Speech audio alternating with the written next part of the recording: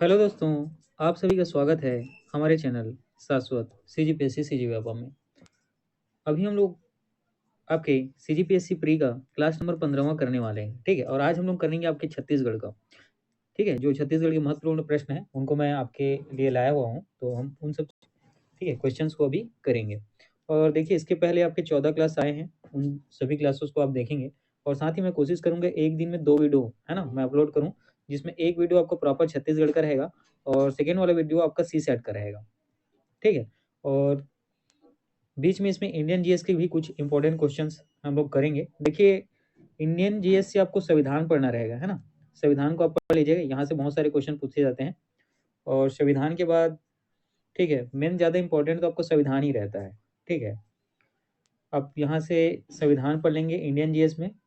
इतिहास आप पढ़ सकते हैं, पूछा तो जाता है यहाँ से, लेकिन इतिहास, है ना, क्योंकि जल्दी जल्दी इतिहास तैयार करना उतना आसान भी नहीं रहता। और आप क्या है, यहाँ पे भूल जाने की आपकी, है ना, अगर आप बहुत अच्छे से नहीं पढ़ेंगे और मल्टीपल टाइम अगर आपका रिविजन नहीं होगा तो आप यहाँ से भूलेंगे ही, है ना, क्योंकि ये थोड़ा सा बहुत ज़्यादा पेचीदा रहता है। तो संविधान पढ़ना ज़्यादा अच्छा रहेगा। साथ ही आप कोशिश करेंगे भूगोल पढ़ लेंगे, है ना, भूगोल पढ़ लेंगे। और अर्थशास्त्र का बेसिक कुछ चीज़ों को आपको पढ़ना है, ज़्यादा डिटेल नहीं, ऊपर ही ऊपर आप अर्थशास्त्र को भी पढ़ेंगे, ठीक है। तो बस इतनी चीज़ें आपको याद रखनी है। साथ ही याद रखिएगा, कंप्यूटर का भी क्वेश्चन आपके पेपर में पूछा जाता है ना। तो कंप्यूटर भी आप, है ना, बिल्कुल निगलेक्ट नहीं करें, बल्कि पर डे 10 मिनट के आसपास आप कंप्यूटर भी पढ़ सकते हैं, है ना। 10 मिनट के आसपास आप कंप्यूटर भी पढ़ सकते हैं। और सबसे ज़्यादा इंपॉर्टेंट अगर इंडियन जीएस में देखा जाए तो आपका साइंस का सेक्शन रहेगा, है ना। आपका साइंस का सेक्शन रहेगा, यहाँ से आपको साइंस के सेक्शन से 7 से 10 नंबर के आसपास के प्रश्न आपको देखने को मिल सकते हैं, ठीक है। तो हर बार तो यहाँ पे छत्तीसगढ़ का 50 क्वेश्चन है, ठीक है। उसके बाद इंडियन जीएस में याद रखिएगा, सभी को मिला के तो मैं इंडियन जीएस में आपको, है ना, हिस्ट्री पढ़ने के लिए नहीं कहूँगा। आप हिस्ट्री अगर पढ़ते हैं तो आधुनिक पढ़िएगा, है ना। हिस्ट्री अगर आप पढ़ते हैं तो आधुनिक पढ़िएगा। अदरवाइज आप यहाँ से, ठीक है, संविधान पढ़ना जरूरी है। संविधान से डायरेक्ट क्वेश्चन आपके पूछे जाते हैं। और संविधान के बाद आप विज्ञान पढ़ सकते हैं। विज्ञान के बाद आप कंप्यूटर पढ़ें, और कंप्यूटर के बाद आप क्या करेंगे, अर्थशास्त्र को ऊपर ऊपर से पढ़ लेंगे, ठीक है। इतनी चीजें क्लियर हुई, चलिए आगे बढ़ते हैं। देखिए, आपका ये पहला प्रश्न है।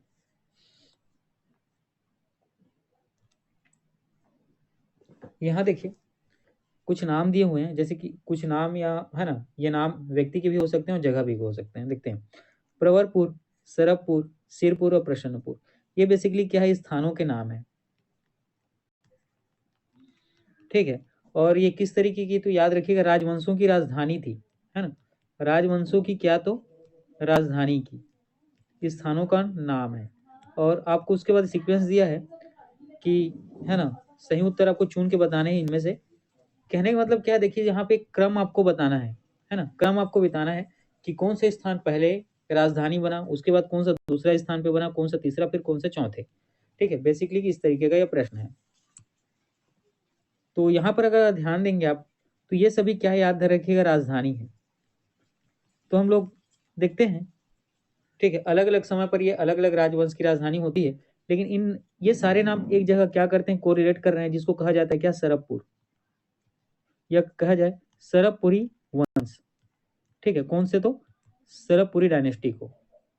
तो ये सारे जो नाम है, ये सरबपुरी वंश से क्या है, तो संबंधित। आपको सबसे पहले तो ये याद रखना है, ठीक है। और सरबपुरियों का आपको क्या याद रखना है, इनका शासन जो है 5वीं से लेकर 6वीं शताब्दी तक था, ठीक है।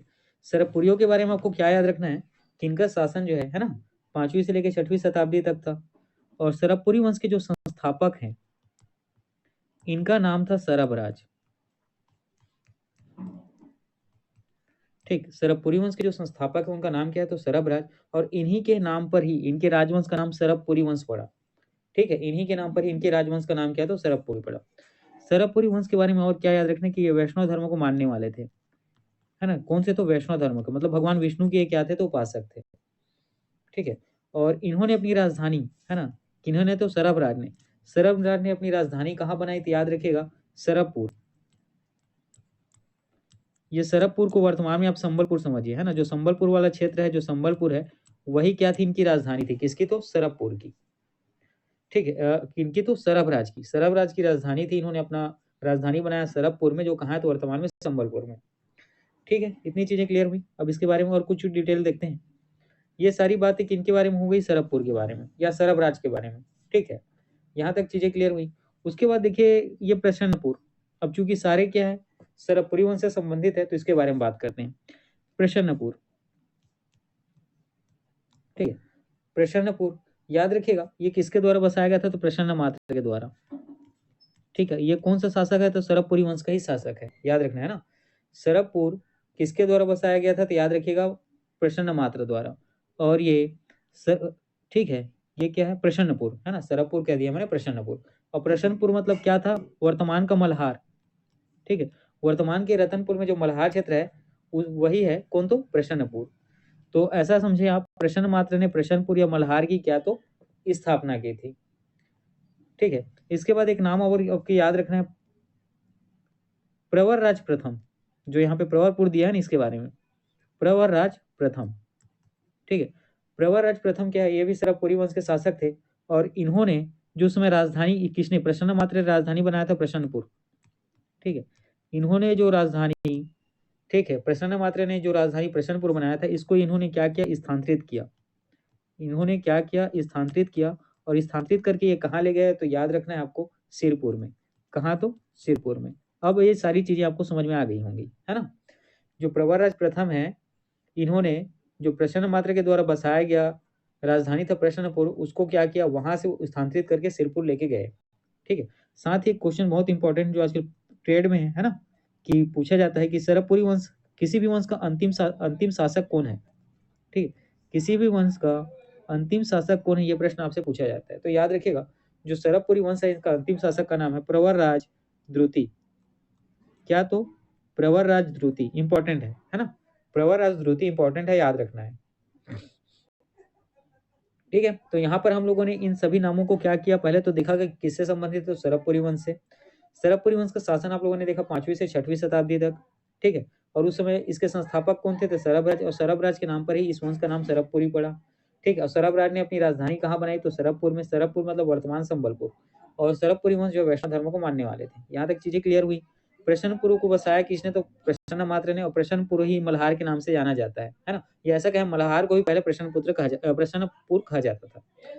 ठीक है, और इसके बाद जो प्रवरराज प्रथम है, याद रखना है, इसके बाद जो प्रवरराज प्रथम है, इन्होंने प्रसन्नपुर, ठीक है, जो प्रसन्न मात्र के द्वारा बसाया गया था, इसको स्थानांतरित करके सिरपुर लेके गए। और साथ ही सरबपुरी वंश के जो अंतिम शासक है, इनका नाम है प्रवरराज द्रुति। ठीक है, इतनी चीजें क्लियर हुई, चलिए आगे बढ़ते हैं। देखिए आपका अगला प्रश्न है, यहाँ आपसे पूछा गया है कि रतनपुर के कलचुरी शासक जिनका नाम है पृथ्वीदेव प्रथम के संबंध में निम्नलिखित में से कौन सा सत्य है, ये आपको बताने हैं। ए, पृथ्वीदेव प्रथम ने रतनपुर में पृथ्वीदेवेश्वर मंदिर का निर्माण किया। ठीक है, बी, उसके दरबार में राजशेखर नामक साहित्यकार था। सी, उसने सकल कोसलाधिपति की उपाधि धारण की। ठीक, उसने सुवर्णपुर उड़ीसा पर अधिकार कर लिया। ठीक है, ये किसके बारे में है, तो किसके बारे में है, तो याद रखिएगा पृथ्वीदेव प्रथम। ठीक है, तो याद रखिएगा रतनपुर में कलचुरी शासक जिनका नाम क्या है, पृथ्वीदेव प्रथम। इनके शासनकाल के दौरान आपको कुछ चीजें देखने को मिलेंगी।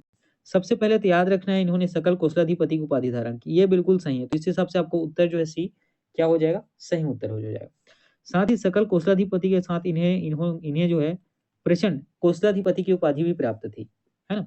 इन्हें क्या, तो प्रचंड कोसलाधिपति की उपाधि भी प्राप्त थी। ठीक है, इन्होंने दो उपाधि रखा था, एक सकल कोसलाधिपति और प्रचंड कोसलाधिपति का। साथ ही पृथ्वीदेव प्रथम के बारे में आपको याद रखना है कि इन्होंने रतनपुर में, कहा, तो रतनपुर में विशाल तालाब का निर्माण कराया। ठीक है, रतनपुर में क्या, तो विशाल तालाब का निर्माण कराया। बहुत ही इंपॉर्टेंट है ना, यहाँ से डायरेक्ट प्रश्न पूछा जाता है। ठीक है, साथ ही थुम्मड़, थुम्मड़ को याद रखना, कलचरियों की आरंभिक राजधानी है ना। थुम्मड़ के बारे में क्या याद रखना है, कि जो कलचुरी शासक थे, ठीक है, कलचुरी शासक थे, इनकी जो है प्रारंभिक या आरंभिक राजधानी है। ठीक है, थुम्मड़ जो है कलचुरी शासक की आरंभिक क्या थी, तो राजधानी थी, ये आपको याद रखना है। और थुम्मड़ में इन्होंने किसने, तो पृथ्वीदेव प्रथम ने, ठीक है, अपने नाम से पृथ्वीदेवेश्वर मंदिर का निर्माण कराया। थुम्मड़ में पृथ्वीदेव प्रथम ने अपने नाम से, याद रखना है, पृथ्वीदेवेश्वर मंदिर का क्या तो निर्माण करवाया। इंपॉर्टेंट है ना, याद रखना है। तो थुम्मण में पृथ्वीदेव प्रथम ने पृथ्वीदेवेश्वर मंदिर का क्या तो निर्माण करवाया। इतनी चीजें क्लियर हुई। चलिए आगे बढ़ते हैं। अब यहाँ पे ध्यान दीजिएगा, जितनी बातें मैंने बताई सबको आपको अच्छे से याद रखना है। उसके बाद यहाँ पे एक दिया है कि उसके दरबार में राजशेखर नामक साहित्यकार था।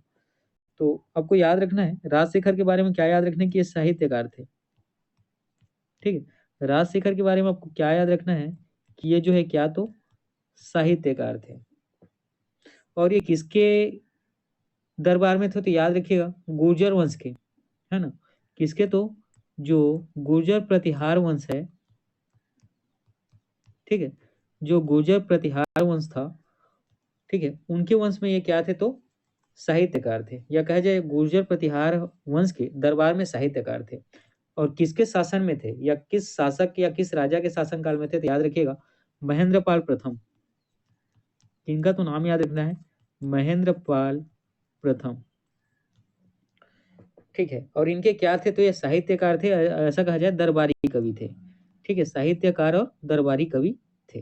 ठीक, तो राजशेखर के बारे में क्या याद रखना है, साहित्यकार थे, दरबारी कवि कवि थे। किनके समय में थे तो याद रखिए गुर्जर प्रतिहार वंश के, है ना, राजा महेंद्रपाल प्रथम के ये दरबार में थे। ठीक है, इतनी चीजें क्लियर हुई। चलिए आगे बढ़ते हैं। देखिए आपका अगला प्रश्न है, यहाँ आपसे पूछा गया है कि जो गंगा दशहरा मनाया जाता है ये हिंदू पंचांग के अनुसार किस माह और किस तिथि में मनाया जाता है, ये आपको बताने हैं। ए ज्येष्ठ शुक्ल दशमी, बी चैत्र शुक्ल दशमी, सी अश्विन शुक्ल दशमी और डी माघ शुक्ल दशमी। तो देखिएगा यहाँ पर जो आपका सही उत्तर होगा ये होगा ज्येष्ठ शुक्ल दशमी को, है ना, ज्येष्ठ शुक्ल क्या तो दशमी को। याद रखिएगा गंगा दशहरा जो है ये हिंदू त्योहार है ना, ये हिंदुओं का क्या है तो त्योहार है। सबसे पहले ये मनाया जाता है कब तो ज्येष्ठ शुक्ल दशमी को। और इस गंगा दशहरा को और किस नाम से जाना जाता है तो याद रखिएगा गंगा अवतरण नाम से जाना जाता है। ठीक है, गंगा दशहरा को गंगा अवतरण के नाम से भी जाना जाता है, आपको याद रखना है, इंपॉर्टेंट है। ठीक है, और गंगा दशहरा में जो मनाया जाता है इसमें मानना है या किदवंती या कहानी इस प्रकार का है तो आप याद रखिएगा जो पवित्र गंगा नदी है ना, जो पवित्र गंगा नदी है वो इसी दिन मतलब ज्येष्ठ शुक्ल दशमी के दिन, है ना, स्वर्ग से पृथ्वी पर आकर, ठीक, स्वर्ग से पृथ्वी पर क्या हुई थी अवतरित हुई थी। ठीक है, स्वर्ग से पृथ्वी पर क्या तो अवतरित हुई थी, आपको याद रखना है ना। तो यहाँ पे गंगा दशहरा के बारे में कब मनाया जाता है आपको पता चला, ज्येष्ठ शुक्ल दशमी को। हिंदू त्योहार है, याद रखना है, गंगा अवतरण के नाम से भी जाना जाता है। ऐसा मानना या कहावत है कि इस दिन पवित्र गंगा नदी जो है स्वर्ग से पृथ्वी पर क्या हुई थी अवतरित हुई थी, और इसी कारण इस दिन गंगा दशहरा मनाया जाता है। ठीक है, चलिए आगे बढ़ते हैं। देखिए आपका अगला प्रश्न है, यहाँ आपसे पूछा गया है कि मान और महानदी के संगम पर कौन सा धार्मिक स्थल ये स्थित है, ये आपको बताने हैं। ए डिडनेश्वरी मंदिर, बी अंगार मोती मंदिर, सी चंद्रहासिनी देवी और डी महामाया मंदिर। तो देखिएगा ये जो प्रश्न है इसका सही उत्तर है आपका ऑप्शन सी चंद्रहासिनी देवी मंदिर। ठीक है, चंद्रहासिनी देवी मंदिर। तो मान और महानदी के संगम पर एक देवी का मंदिर है जिसका नाम क्या है तो चंद्रहासिनी देवी का मंदिर। ये है क्या तो याद रखिएगा धार्मिक स्थल है ना। ये क्या है तो याद रखिएगा धार्मिक स्थल है, और इसके आसपास के जो लोग हैं वो चाहे तो यहाँ पे घूम सकते हैं, है ना, बहुत अच्छी जगह है। ठीक, ये क्या है तो धार्मिक स्थल है। ये पहले याद रखिएगा आपके जांजगीर चांपा जिले में अवस्थित था। पहले तो जांजगीर चांपा जिले में अवस्थित था, लेकिन वर्तमान में ये शक्ति जिले के अंतर्गत आता है। वर्तमान में ये क्या तो आपको याद रखना है शक्ति जिले के अंतर्गत क्या है तो अवस्थित है। और यहाँ चंद्रहासिनी देवी मंदिर में याद रखिएगा माँ दुर्गा की मंदिर है ना, माँ दुर्गा की क्या है तो मंदिर है, ऐसा कहें माँ दुर्गा की यहाँ पे प्रतिमा है।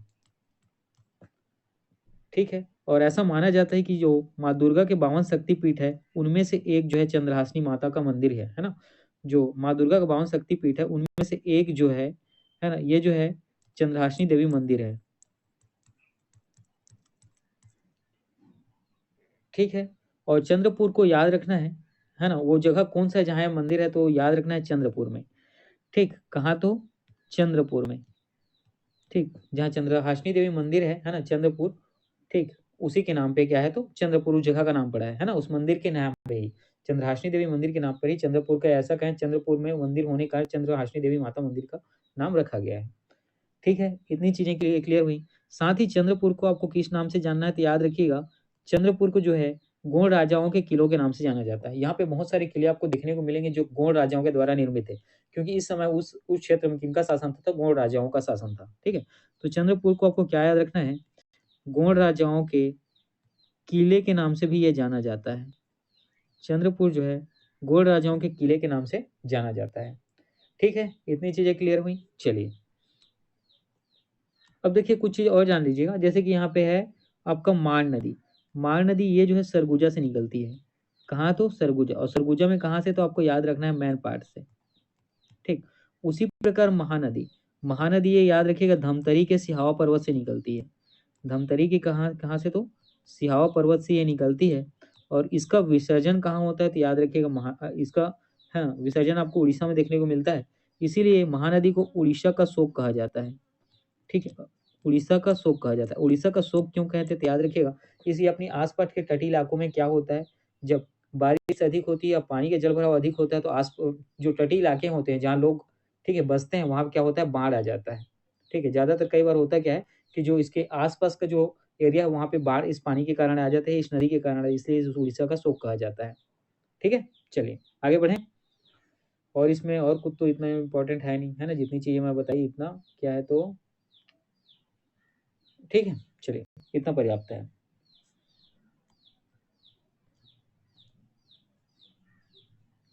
देखिएगा, ये जो है आपका अगला प्रश्न है। ठीक, कब बवा मरही तब कब बड़ा चूरही, ये लोकेथी है ना। और इसका क्या आपको बताना है, देखिएगा सही विकल्प आपको बताना है ना। ये क्या है, तो याद रखिएगा लोकोक्ति है, और इसका सही विकल्प आपको बताना है। जैसे कब बवा मरही, मतलब यहाँ समय निश्चित नहीं है। क्या है, तो समय निश्चित नहीं है। तो कब बड़ा चूरही, है ना, यहाँ दोनों जगह क्या है, तो समय निश्चित नहीं है। बेसिकली यहाँ पे बता रहा है कि एक जो काम करना है उसको, वो काम कब होगा उसको पता ही नहीं है। ठीक है, तो यहाँ देखिए ए पितृपक्ष, बी दसगात, सी अंतिम संस्कार, और डी कार्य की अनिश्चितता। तो यहाँ पर कार्य की अनिश्चितता है ना, समय जो है निश्चित ही नहीं है। ठीक है, कब, है ना, कब क्या होगा ठीक है, वो जैसे कब कब बबा मरी तो कब बड़ा चूरी। ठीक है, बड़ा से यहाँ पर क्या है, तो बड़ा से है ना, जो समोसे बड़े आप खाते हैं वो वाले बड़े से है यहाँ पे। ठीक है, यहाँ पे मरही का मतलब क्या है, मृत्यु से है। और बबा मतलब ये उनके दादाजी के बारे में बोल रहे हैं। ठीक है, और चूल्ही का मतलब ये बड़ा कब पकेगा। ठीक है, समझिएगा ये बेसिकली है क्या, छत्तीसगढ़ी की लोकोक्ति है। इसको आपको क्या करना था, बताना था। और ये पेपर में आपके प्री के में याद रखिएगा, ये डायरेक्ट आपके छत्तीसगढ़ जी मतलब आप पहला पेपर देंगे उसमें भी पूछा जाएगा, और दूसरे पेपर में भी इस तरीके के प्रश्न आपको देखने को मिलेगा। ठीक है, दोनों जगह ऐसे प्रश्न आपको देखने को बिल्कुल मिलेंगे। ठीक है, चलिए आगे बढ़ते हैं। देखिए ये आपको बताने हैं, है ना, बहुत इंपॉर्टेंट है, अभी हाल ही का है। ये बेसिकली कल का न्यूज़ है कि 11 दिसंबर 2024 से भारतीय रिजर्व बैंक आरबीआई के नया गवर्नर के रूप में किसे नियुक्त किया गया। नाम आपको याद रखना है, संजय मल्होत्रा जी का, है ना, इंपॉर्टेंट है, डायरेक्ट पेपर में प्रश्न पूछा जाएगा। देखिए इसको भी आपको याद रखने हैं। वर्तमान समय में इंटरनेशनल न्यूज़ जैसे अगर आप वाकई होंगे तो सीरिया, है ना, ये बहुत अभी न्यूज़ में है। तो याद रखिएगा सीरिया में क्या हुआ, अभी तख्ता पलट हुआ। ठीक है, इसमें क्या होता है, एक अलग अलग ग्रुप, 2-3 ग्रुप यहाँ पे क्या है, पॉलिटिकल ग्रुप थे, उनमें से एक ग्रुप ने क्या किया, वहाँ पे जो वर्तमान में है ना जो राष्ट्रपति थे उनको क्या कर दिया वहाँ से, ठीक है, वो प्रतिस्थापित कर दिया। ऐसा कहें कि है ना, ये क्या है, रिवोल्ट थोड़ा सा, ठीक है, आतंकवादी समूह जैसी संस्था थी, तो क्या करती थी, ठीक है, उस जगह पे जाके क्या कब्जे करने वाला, इस तरीके से यहाँ पे चीजें हुई, जिससे कारण क्या हुआ, वहाँ के राष्ट्रपति को वहाँ से भगना पड़ गया। ठीक है, तो देखिएगा सीरिया में, तो वहाँ पे जैसे ही वहाँ के राष्ट्रपति अपने देश को छोड़ के गए, तो सीरिया के जो रिवेल्ट ग्रुप है उनकी जो प्रधानमंत्री बने उनका नाम है मोहम्मद अल बशीर। क्या नाम है, तो याद रखिएगा मोहम्मद अल बशीर। ठीक है, और जो राष्ट्रपति थे वहाँ सीरिया के, जो क्या हुए तख्ता पलट के बाद अपने सीरिया को छोड़ के गए, उनका नाम है राष्ट्रपति असर बल असद। ये दोनों नाम आपको याद रखना इंपॉर्टेंट है। ये जो है क्या थे, पहले थे, ठीक है, राष्ट्रपति बशर अल असद, ये सीरिया के राष्ट्रपति थे। और जैसे ही यहाँ रिवोल्ट ग्रुप के द्वारा या ऐसा कहें डायरेक्ट आतंकवादी समूहों के द्वारा क्या होता है, तख्ता पलट किया जाता है। ठीक है, तो वहाँ जो ये क्या करते हैं, उस देश पे कब्जा करते हैं और अपने प्रधानमंत्री किसको बनाते हैं, मोहम्मद अल बशीर को, है ना, किसको, तो मोहम्मद अल बशीर को। इतनी चीजें क्लियर हुई, चलिए आगे बढ़ते हैं। देखिएगा ये आपका अगला प्रश्न है, ये देखिए इंपॉर्टेंट है कि है ना, भारतीय क्रिकेट कंट्रोल बोर्ड बीसीसीआई, है ना, ने नाम याद रखना है देवजीत सैकिया, इनको बोर्ड का कार्यवाहक सचिव नियुक्त किया है। और ये किसका स्थान लेंगे, तो याद रखिएगा जय शाह का, है ना, किसका स्थान लेंगे, तो जय शाह का। ठीक है, तो भारतीय क्रिकेट नियंत्रण बोर्ड ने नाम किया है देवजीत सैकिया, क्या नाम है, देवजीत सैकिया, इनको क्या, तो कार्यवाहक सचिव नियुक्त किया गया है। इसके बाद देखिए आपका अगला प्रश्न है, यहाँ पे याद रखना है नेपाल में जो यूनेस्को विश्व धरोहर स्थल लुम्बिनी है, तो लुम्बिनी के पावन उद्यान में क्षेत्र में अवस्थित संग्रहालय भगवान बुद्ध के जन्म स्थल के रूप में इस स्थान का महत्व दर्शाता है ना। जापान के वास्तुकार केंजो तांगे ने इसके डिजाइन किया और भारत और नेपाल की सांस्कृतिक विरासत का प्रतीक है। देखिए यहाँ पे क्या है, यूनेस्को विश्व धरोहर स्थल लुम्बिनी, ये कहाँ है, तो सबसे पहले याद रखना है नेपाल में। ठीक है, लुम्बिनी स्थान कहाँ है, या ऐसा पूछा जाए आपसे कि यूनेस्को विश्व धरोहर स्थल कहाँ है लुम्बिनी, तो याद रखना है नेपाल में। यहाँ एक उद्यान है जिसको पावन उद्यान के नाम से जाना जाता है। यहाँ क्या है, तो भगवान बुद्ध का संग्रहालय है। ठीक है, यहाँ क्या है, तो याद रखिएगा भगवान बुद्ध का संग्रहालय है। और साथ ही याद रखिएगा लुम्बिनी यहाँ ही भगवान बुद्ध का क्या है, तो जन्म स्थल भी है। ठीक है, और याद रखिएगा जापान के वास्तुकार जो ये पावन उद्यान है, इसकी कृति जो है जापान के वास्तुकार केंजो तांगे ने डिजाइन किया है, या केंजो तांगे के द्वारा डिजाइन किया गया है। ठीक है, इतनी चीजें आपको याद रखनी इंपॉर्टेंट है कि जो भगवान बुद्ध का जन्म स्थल कहाँ है, तो याद रखिएगा लुम्बिनी। और लुम्बिनी ही यूनेस्को विश्व धरोहर स्थल में क्या है, तो सम्मिलित है, और कहाँ है, तो नेपाल में है। और यहाँ जो एक उद्यान है जिसका नाम है पावन उद्यान, जहाँ भगवान, है ना, क्या बोलते हैं, बुद्ध के जन्म स्थल के रूप में ये महत्व क्या है, तो रखता है। और इसका जो है कृति या इसकी जो रचना किसके द्वारा किया गया, तो जापान के वास्तुकार केंजो तांगे के द्वारा। सिंपल सा प्रश्न है, जो पावन उद्यान है उसको बनाया किसने है और उसकी जो डिजाइन किसने दिया है, तो नाम याद रखना है जापान के वास्तुकार केंजो तांगे का। लुम्बिनी का नाम क्या है, किससे याद रखना है, भगवान बुद्ध का जन्म स्थल है। और साथ ही ये क्या है, विश्व धरोहर स्थल में शामिल है। और कहाँ स्थित है, तो याद रखिएगा नेपाल में। ठीक है, इतनी चीजें क्लियर हुई, चलिए आगे बढ़ते हैं। देखिए ये इंपॉर्टेंट है, यहाँ डायरेक्ट आपके पेपर में पूछा जाएगा, है ना, यहाँ से डायरेक्ट प्रश्न आपके पेपर में पूछा जाता है। उससे रिगार्डिंग अभी और अपडेट आने हैं हमारे छत्तीसगढ़ में। देखिए पूरे भारत भर के जो राष्ट्रीय पंचायत है उनको क्या किया जाएगा, 2024 में पुरस्कार दिया जाएगा, है ना, जिसको क्या, तो राष्ट्रीय पंचायत पुरस्कार के नाम से जाना जाता है। और ये किस क्षेत्र में काम करने पे दिया जाएगा, तो याद रखिएगा गरीबी मुक्त एवं उन्नत आजीविका पंचायत। ठीक है, तो ये इसके लिए जो है ना, जो पंचायत पुरस्कार दिया गया है, ये कब, तो विज्ञान भवन नई दिल्ली में। आपको याद रखना है कहाँ आयोजित किया गया था, तो विज्ञान भवन नई दिल्ली में। बस इतनी चीजें याद रखना है। इसकी रिकॉर्डिंग अभी कौन कौन से ग्राम पंचायत को कौन कौन से, है ना, राष्ट्रीय, या ऐसा कहें कि राष्ट्रीय पुरस्कार मिले हैं, उसके बारे में अभी अपडेट आएगा तो फिर मैं आपको दूंगा। ठीक है, तो चलिए यहाँ पे क्या आपको समझ में आया कि 2024 का जो राष्ट्रीय पंचायत पुरस्कार है ये कहाँ आयोजित किया जा रहा है, तो विज्ञान भवन नई दिल्ली में। बस इतनी चीजें याद रखनी है। देखिए आपको अगला प्रश्न ये है कि फिलीपींस में, याद रखिएगा एक देश है फिलीपींस। ठीक है, यहाँ जो द्वीप है नाम है नेग्रोस द्वीप। यहाँ पर माउंट कालोन, ठीक, यहाँ पे माउंट कार्लोन, यहाँ क्या है, तो ज्वालामुखी फटा है। आपको याद रखना बस इतनी ही चीजें हैं। कहाँ याद रखना है, तो फिलीपींस को याद रखना है। फिलीपींस के किस द्वीप को याद रखना है, तो नेग्रोस द्वीप को याद रखना है।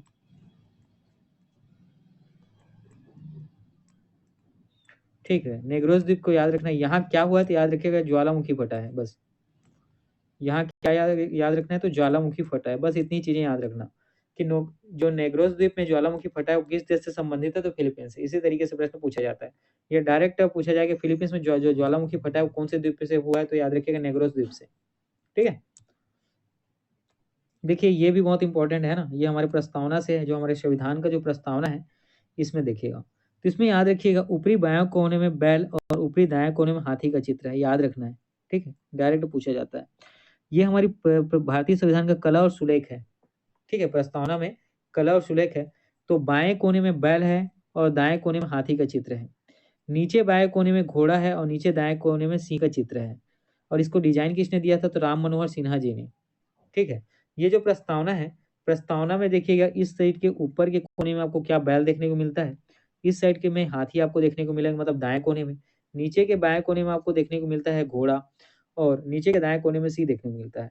और सिंह मतलब शेर। और इसको तैयार किसने किया, तो राम मनोहर सिन्हा ने। ठीक है, चलिए आगे बढ़ते हैं।